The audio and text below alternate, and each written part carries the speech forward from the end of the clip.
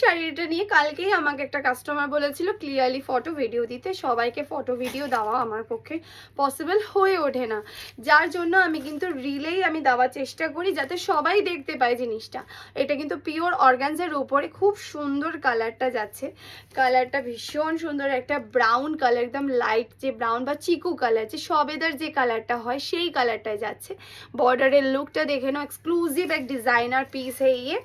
अगर किसी को ये वाला बुकिंग करना है तो बुकिंग नंबर 8240333141, इसके साथ आपको ब्लाउज पीस भी मिल जाएगा। ब्लाउज पीस में वर्क रहेगा। फॉल पिको अवेलेबल, जिसको फॉल पिको करना है फॉल पिको भी कर सकते हैं, एक्स्ट्रा 100 रुपीज़ चार्जेस लगेगा फॉल पिको के लिए।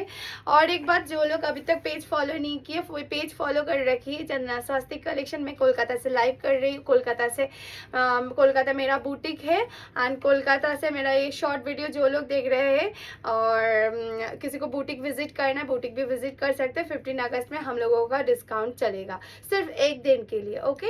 एंड साड़ी का प्राइस है 4500। Thank you. বন্ধ করে দাও। 4000 শাড়ি প্রাইস।